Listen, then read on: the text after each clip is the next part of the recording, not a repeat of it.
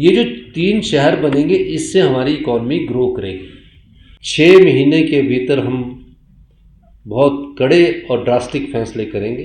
हमने 3 शहर बनाने की कल्पना की। 10-10 हज़ार बीघा के हम 3 शहर बनाएंगे।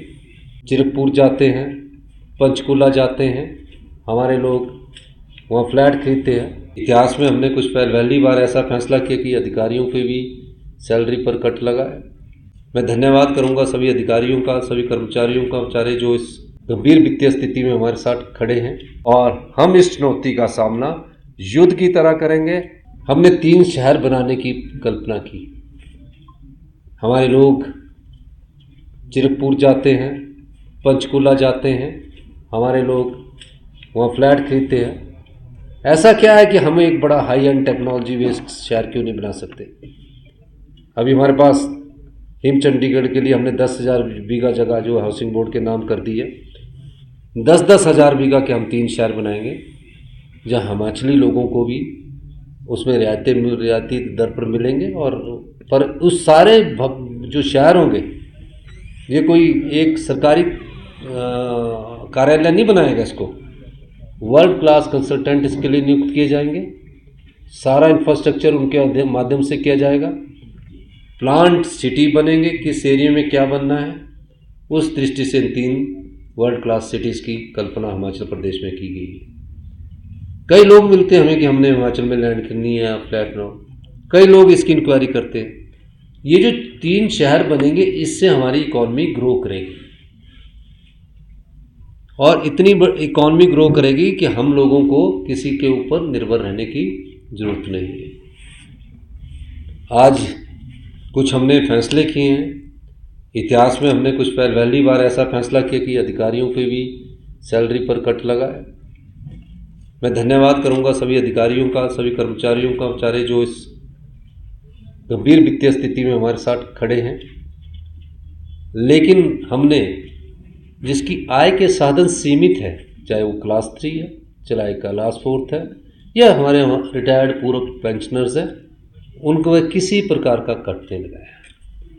6 महीने के भीतर हम बहुत कड़े और ड्रास्टिक फैसले करेंगे, और 6 महीने के भीतर हमारी सरकार का ये प्रयास रहेगा कि हम हिमाचल प्रदेश की जो आत्मनिर्भरता की नींव पड़ चुकी है, जो कि इकोनॉमिक सर्वे में आपको नज़र आ चुका है, हमारी पर कैपिटा इनकम 2,83,000 हो चुकी है, उसमें कोई कमी ना लाई जाए, और उसके लिए हम सबको मिलकर एकजुटता से काम करना है।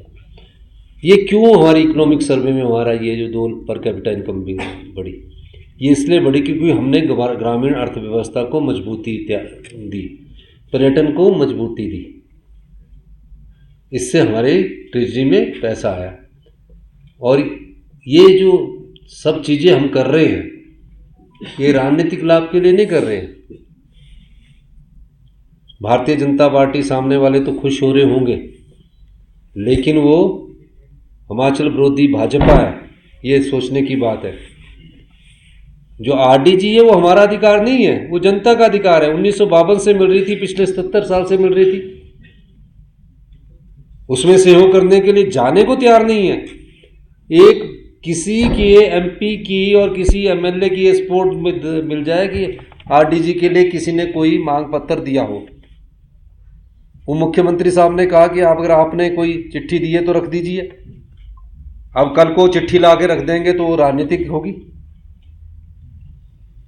तो ये जो हिमाचल विरोधी भाजपा ने अपना जो रुख अख्तियार किया है, ये निंदनीय है।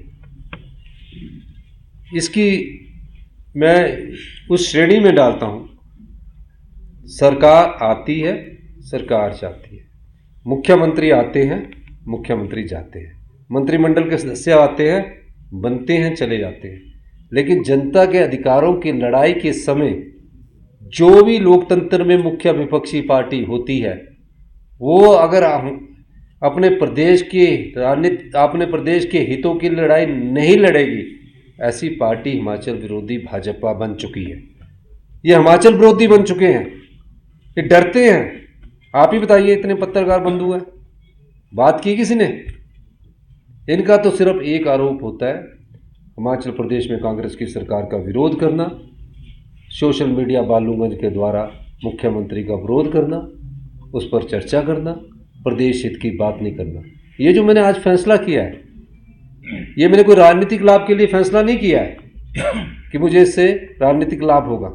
ये फैसला प्रदेश हित में किया है, प्रदेश को आत्मनिर्भर बनाने के लिए किया है और मेरा दृढ़ निश्चय है और मैं कृत संकल्प हूँ। हम 6 महीने में व्यवस्था परिवर्तन के द्वारा आत्मनिर्भर की जो राह पिछले 3 वर्षों से हमने पकड़ी है, उस दिशा में हम तेजी से आगे बढ़ेंगे और हम इस चुनौती का सामना युद्ध की तरह करेंगे और इस चुनौती को पार पाएंगे। यही मैं कहना चाहता हूँ, क्योंकि बजट में आपने बहुत कुछ सुन लिया है, काफ़ी देर से आप बैठे हैं। कोई आप सवाल करना चाहते तो आप पूछ सकते हैं।